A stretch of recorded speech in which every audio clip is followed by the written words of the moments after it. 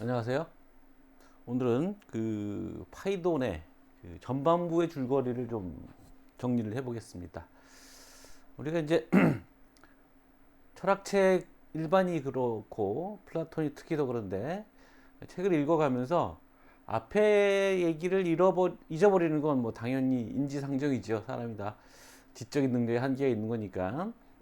앞에 얘기를 잊어버리고 현재 얘기를 읽다 보면 이제 앞에 어떻게 지나왔는지를 이제 잊어버리게 되는데 철학책을 잘 읽는 방법, 뭐 사실 대부분 모든 책들이 다 그렇겠습니다만, 저는 어, 흘러가는 줄거리를 그대로 잘 알고 있으면서 지금 내가 전체적인 줄거리 속에서 어느 위치에 있는지, 텍스트의 맥락 속에 어느 위치에 있는지를 알고 있어야 지금 당장의 내용도 잘 이해가 되고요. 그리고 이게 지금 하고 있는 얘기가 지금 이 순간만을 때문에 이 의미가 형성되는 게 아니고 앞에서 했던 얘기들과 연관을 짓기 때문에 의미가 형성되는 거거든요. 마치 우리 인생과 같은 건데, 그래서 이제 계속 앞으로만 가지 말고 책을 잘 읽는 방법 중에 하나입니다. 앞으로 가는 만큼 뒤로 가는 것, 그게 책을 잘 읽는 방법이에요. 그래서 지금까지 우리가 읽었던 내용들, 고용 내용들 한번 정리해 보는 의미로 이 시간을 마련해 봤습니다. 자, 파이돈 57A부터 78A까지라고 했습니다만, 정확히 말하면 이제 그 부분과 더 이어지는 부분까지 얘기를 좀 간단하게 언급하는 방식으로 줄거리를 훑어보겠습니다. 자, 도입부 57A부터 61C 사이인데, 여러 차례 얘기한 것처럼 파이돈은 액자 구조 형식으로 돼 있어서, 파이돈이라는 소크라테스의 제자가, 원래 파이돈은 이제 노예였었는데 소크라테스가 파이돈의 어떤 능력을 받겠죠. 그래서 자기 아는 사람을 통해서 파이돈을 이제 면천시켜 준 거죠. 자유인으로 만들어 주고 자기 제자가 되게 한 건데, 그 파이돈이 이제 소크라테스가 죽은 후에 자기 고향인 앨리스로 돌아갑니다. 그래서 파이돈이 앨리스 학파라는 걸 세우거든요. 그래서 이제 고향으로 돌아가는 길에 역시 소크라테스의 지인이었던 에케크라테스를 중간에서 만나게 돼요. 가는 길이 기니까 중간에 에케크라테스 집에 들려서, 고향에 들려서 그에게 이제 소크라테스의 임종을 전하는, 그러니까 임종했다는 건 알고 있지만 그날 임종하던 날 어떤 일들이 있었는지를 전하는 방식으로 액자 구성으로 되어 있습니다. 그래서 이제 파이돈과 에케크라테스가 만나고, 그때 그 자리에 있었던 사람이 누구고 왜 그렇게 사형 집행이 늦어졌는지 뭐 이런저런 얘기들이 전해지면서 이야기 안으로 들어오죠. 이때 우리 얘기를 한번 좀 정리해 보면, 그 파이돈이 우리 선생님이 돌아가시던 날 이게 고통스럽지만도 않았고 뭐 예전 것처럼 철학적 대화도 하고 있어서 기쁨과 고통이 번복된 뭐 그런 이상 야릇한 경험이었다, 뭐 이런 얘기를 했잖아요. 근데 이제 안으로 들어오니까 소크라테스가 그날 이제 사형 집행이 된다는 얘기가 퍼지면서 새벽같이 제자들이 모였고, 그들이 모여서 소크라테스에 갔더니 소크라테스는 그동안 묶어놨던 손발을 풀어줬고, 그러니까 소크라테스가 그 손발을 문지르면서 야, 그거 이상하다. 우리 고통스러웠었는데 손발이 묶였을 때 그걸 묶였던 부분을 이렇게 슬슬 문지르니까 이제 묘한 쾌감이 생기는 거죠. 그래서 이렇게 묶인 고통이라는 건 쾌락과 늘 같이 붙어 다니는구나, 이런 얘기를 하면서 액자 밖에서 파이돈이 임종하던 날의 그 복잡한 기쁨과 괴로움이 섞였던 기분이 소크라테스의 손발에서 느껴지는 쾌락과 고통의 얘기로 연결이 돼서 밖에서 안으로 끌고 들어오는 어떤 동기를 부여하게 된 거죠. 플라톤이 이야기를 끌어가는 솜씨를 보라는 거예요. 그러더니 그러면서 이제 소크라테스가 마치 그 이솝이 이런 얘기를 생각을 했더라면, 뭐 신이 이 둘을 화해시키기 위해서 뭐 머리를 하나로 묶은 기쁨과 고통을 이렇게 하나로 묶는 형태로 옛날 얘기를 만들어냈을 것 같다, 우화를 만들어냈을 것 같다, 뭐 이런 얘기를 하잖아요. 그러니까 거기 옆에 있던 제자 중에 한 사람이, 그렇지 않아도 선생님이 요새 아이소포스 이솝 우화를 운율로 바꾸고 있다는 얘기를 듣고서 왜 그런 일을 새삼스럽게 하시는지 그걸 좀 물어보다고 그랬다, 뭐 그랬잖아요.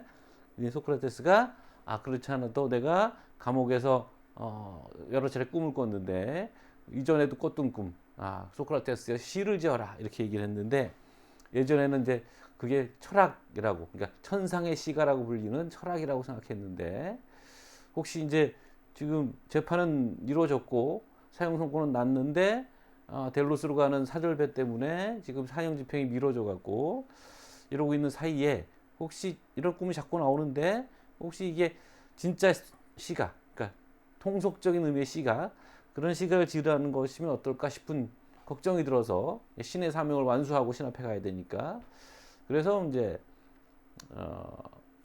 우선 내가 이야기에 익숙하지 않은 사람이라서 아이소포스의 운율을 산문으로 된 걸 운율로 바꾸고, 아폴론신 델로스의 사절을 보내기 한 그 아폴론신에게 감사의 의미로 이제 시가를 졌다, 뭐 이런 얘기를 하죠. 그러면서 이제 말을 끝내면서 그 얘기를 물어보라고 시킨 사람, 이게 시인인데, 시인자 소피스트인데, 그 친구도 지혜를 사랑하는 사람이니까 얼른 내 뒤를 따라오라고 얘기해라 그랬더니, 아니 그 선생님 뒤를 따라가라는 얘기라면 따라 죽으라는 소리인데 그게 그럴 사람이 아닌데요, 뭐 이렇게 얘기를 하잖아요. 그러니까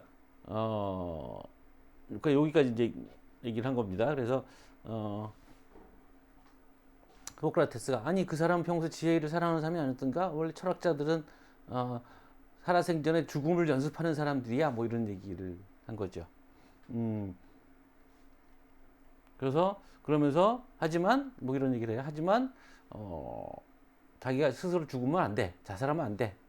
왜냐하면 인간의 생명은 신의 소유니까, 뭐 이런 얘기도 하고, 그러면서 철학자가 왜 죽음을 기꺼이 맞이하는 것이어야 하는지에 대한 소크라테스의 이제 설명이 이어집니다. 그러니까 그건 우리가 철학자라는 건 지혜를 사랑하는 사람들인데, 지혜를 사랑하기에 우리 육신 또는 우리 육신이 갖고 있는 어떤 육체적 욕구, 이런 것들은 방해가 된다는 거죠.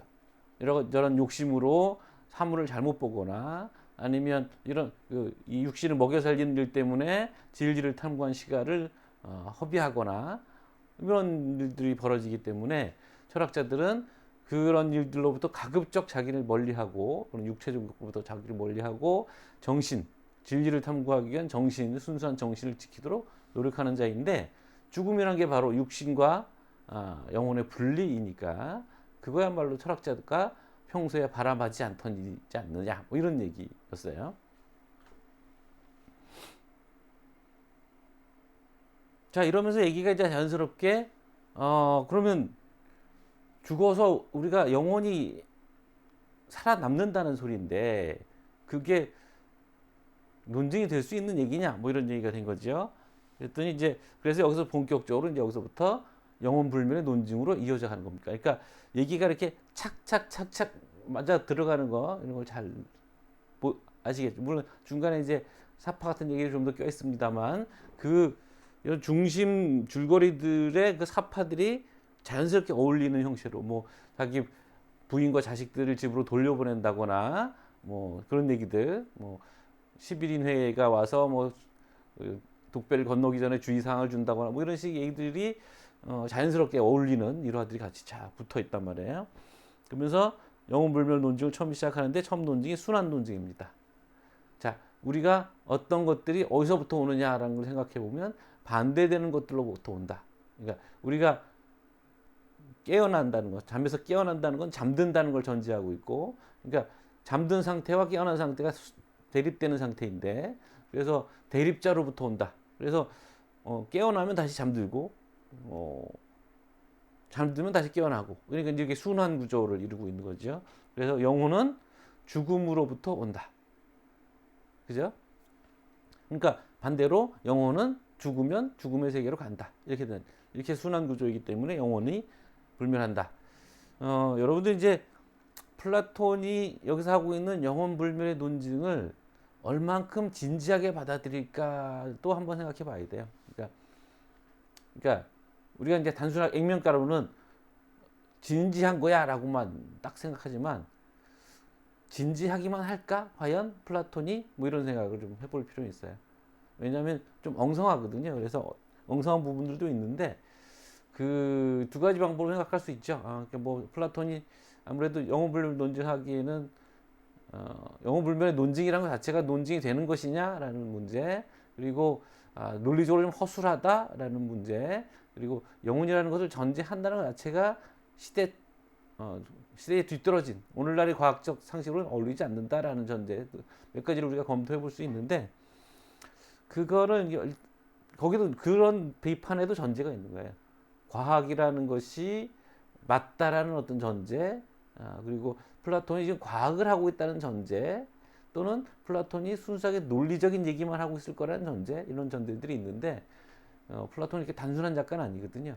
물론 그렇다고 해서 모든 비판을 봉쇄하자는 얘기는 아니지만 좀 더 유연하게 이런저런 측면에서 생각해 볼 필요가 있다는 얘기고요. 일단 하여튼 순환 논증이 잘못된 논증이라는 뜻은 아니고요. 대립자부터 온다라는 그런 순환에 근거한 논증을 이제 펼치죠. 그다음에 또 하나는 상기 논증. 이게 이제 같음 자체라는 거. 우리가 이제 무엇이 똑같아요? 뭐 젓가락 두 개가 똑같아요? 뭐 이런 얘기를 합니다만, 그 젓가락 두 개가 똑같다고 할 때 그 같음, A라는 젓가락과 B라는 젓가락이 같다는 걸 인지할 수 있는 근거, 즉 우리가 같음 자체를 먼저 알고 있어야 개별적인 젓가락들이 같다는 걸 우리가 판단할 수 있다는 거. 그 근거가 되는 같음 자체는 언제 알았겠느냐, 우리가. 우리 살아생전에 본 적은 없으니까, 우리가 감각적 경험을 통해서는 같음 자체를 파악할 수 없으니까, 그거는 우리가 영혼인 상태, 이 육신의 몸을 갖고 태어나기 전의 상태에 알고 있었던 거 아니냐. 그러니까 상기라는 일이, 그러니까 우리가 젓가락을 보면서 같음이라는 걸 떠올리게 된단 말이에요. 그러니까 상기라는 일이 가능한 걸 통해서 영혼이 이 육신 이전에 있었다는 것, 그 논증을 하죠. 여기까지가 이제 대략 78이 좀 지나가는 부분이에요. 그랬더니 이제 심미어스가 케베스가 반론을 제기합니다. 뭐 순환 논증도 좋고 상기 논증도 좋은데, 이를테면 이제 심미어스 같은 경우에는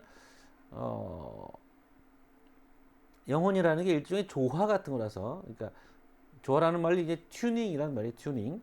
그래서 그 어떤 리라 악기가 나오는데, 리라는 악기 현악기인데 그 줄을 다 조율을 해서 튕기면 조화로운 소리가 나는데, 그 줄이 끊어지면 그 조화로운 소리가 없어진단 말이죠. 그런 것처럼 우리 육신이 팽팽하게 어떻게 조화가 다 이루어져서 영혼이라는 어떤 현상, 조화로운 현상이 나타났는데, 육신이 없으면 그것도 같이 없어지는 거 아니냐. 그야말로 유물론이죠. 우리가 영혼과 신체의 관계를 생각해 볼 수 있는 첫 번째 중요한 아이디어죠. 그 얘기를 하고, 또는 뭐 케베스는 뭐 당장은 아니겠지만 옷을 여러 번 입으면 나중에 옷이 헤져 없어지듯이 영혼도 나중에 여러 번 하다 보면 닳아 없어지는 거 아니냐, 뭐 이런 얘기. 이것도 일종의 이제 유물론적 해석이죠. 그런 얘기가 뒤따라 나오고, 거기에 대해서 플라톤이 또는 소크라테스가 반박하는 얘기가 좀 길게 이어집니다. 반박이라기보다는 설득의 얘기겠죠. 죽음의 자리니까. 그래서 그런 순서로 이 전반부가 진행되고 있다는 거, 그런 얘기들을 먼저 여러분들이 기억하면서 상기를 한번 하시고, 그래서 지금 이렇게 논의가 흘러가고 있었지, 뭐 그렇게 하시면 지금 당장 읽는 텍스트도, 그다음에 이어서 읽을 텍스트의 내용도 좀 이해하기가 조금 더 수월할 겁니다.